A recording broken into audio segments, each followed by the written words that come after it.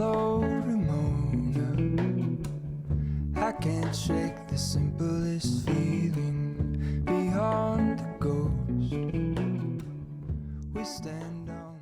Hello guys, welcome to a very exciting video slash vlog. This video is all about my market that I'm putting on this weekend.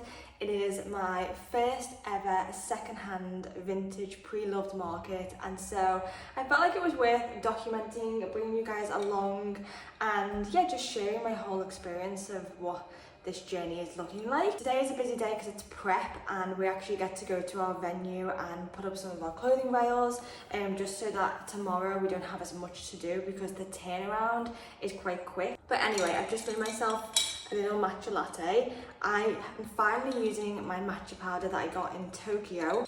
This matcha is so good. But yes, I just thought I would take a moment just to check in because I feel like in the next hour things are gonna get quite busy, and I just kind of like to have a zen time to myself. If I don't have my time to myself, my just peaceful, quiet time, then I just get overwhelmed quite quickly. Just me taking my time, got my little matcha, enjoying the sun. It's such a sunny day today, and actually this whole week in the UK is meant to be one of the hottest weeks. Overall, I'm really excited. I am a little bit nervous about the stock. I just wonder whether we have enough. I don't know if we do. It's definitely going to be on a smaller scale than I originally thought. So yeah, that's kind of stressed me out a little bit, but I'm kind of at the point now where I've got what I've got. I can't really do anything else about it. If people enjoy it, they enjoy it. If they don't, they can come, they can go, whatever it is. I think the scary part is just that my name and my brand is connected to it, so I obviously need it to be a good experience for people,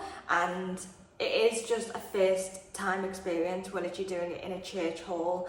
There's not much decor that we can really do to the church hall, so the best that I can really do is what I'm doing. But my plan of action today is we are taking all of the rails down. I have all of the rails up in my upstairs room, so I'm taking all of them down, and then we're going to put them up in the venue itself. The venue is just around the corner for me, which is really lucky. You guys, I need to show you my cat. Look at this little guy. Can you see him?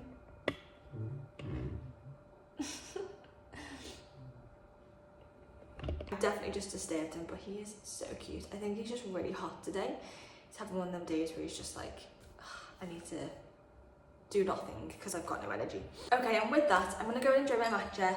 I have a few more bags of clothing that I need to get on hangers, so I'll probably start that. Oh, I want to do my meditation. I might do 5-10 minutes of meditation and then do that.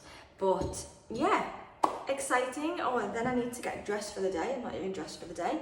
Okay guys, a couple of hours later, I am dressed for the day. Sorry if you can hear the fan. I've had to put the fan on because it is so hot. It's actually insane. But yeah, this is my outfit. I'm going to put you on the cat tower. This top could probably do with a little bit of a clean. I last wore it when I had fake tan on, so probably could do with a bit of a clean. But I've just got this little cute co-ord on from, where's it from? H&M. I bought it for Glastonbury.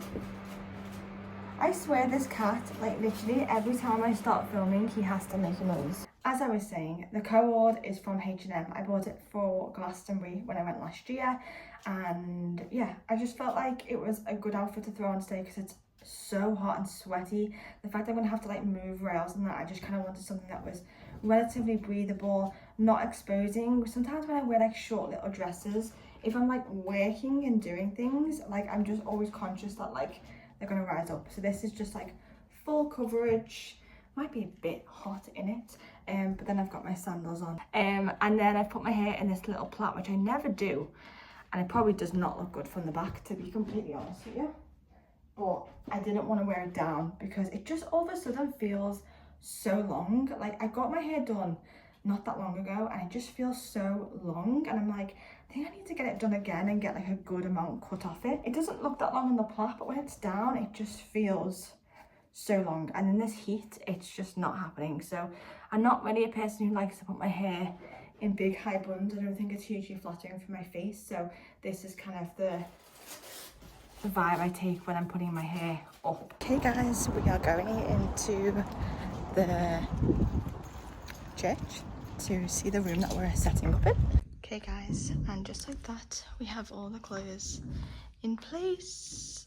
There's actually a lot more than I thought. All of the bags, all of the jackets, t-shirts, and trousers and shorts and skirts.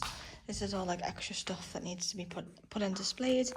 And I've got all my rugs, posters, tail table. But wow, how cool.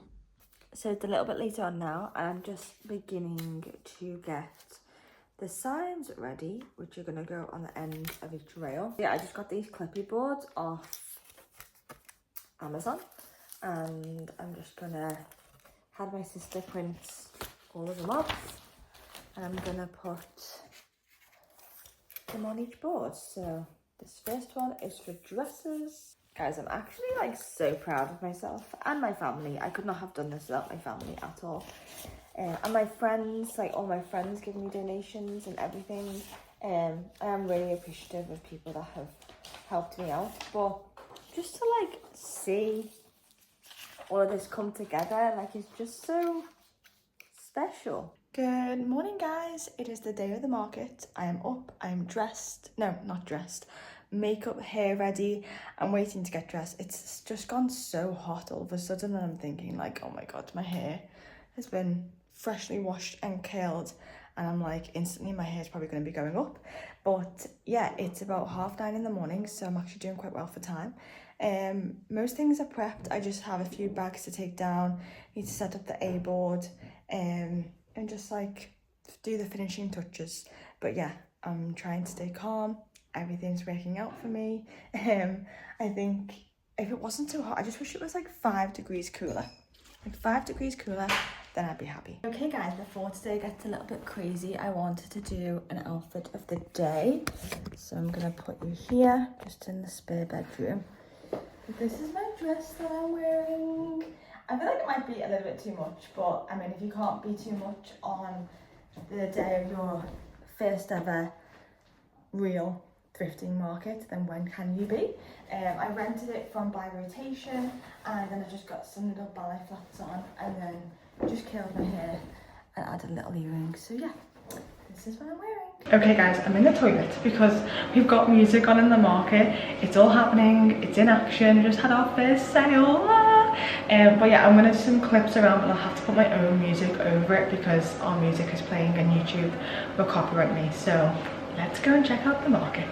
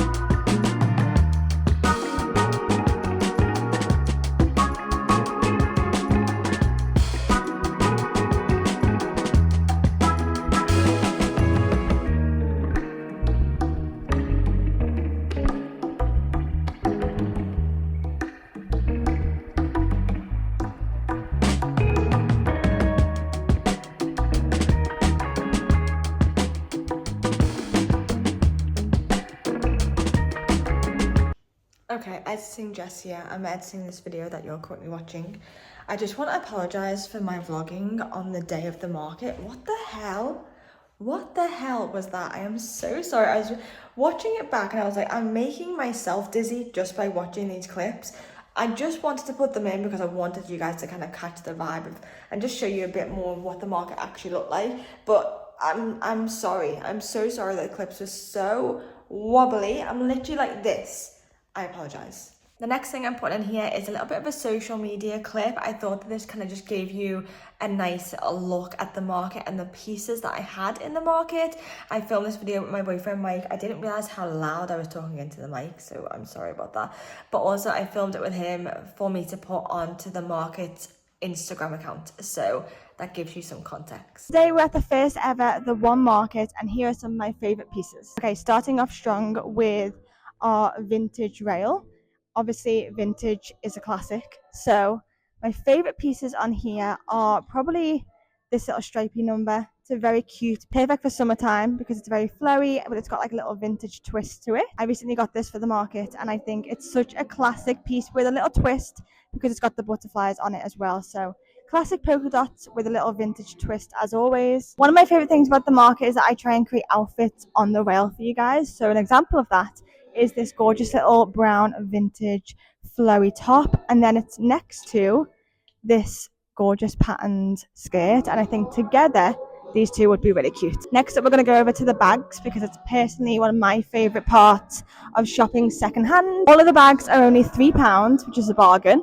So some of my favorite bags are this one because I mean it's a little classic brown handbag, and this one as well because it's a classic brown little shoulder bag and it goes with every outfit in your wardrobe. Okay, this one as well, I actually can't get it off the hanger, but I got this so many years ago and I just think it's so pretty, the florals and the denim together. It's like a dream combination. Okay, we're at the jackets and they are only £4. So one of my favorite jackets is this one. It's a gorgeous puffer jacket with this gorgeous floral print on it. This jacket I love because it combines a summer print with more of a winter time jacket. And one thing that I thrifted in London on a trip was this gorgeous little multicolored bobbled cardigan. It's so pretty, perfect for a little layer in the summertime in case you get chilly. So those are just some of the things that you can expect to find at the One Market, many of my favorites, and there's so many more for you to shop. Hello guys, welcome back to the vlog. So it's a couple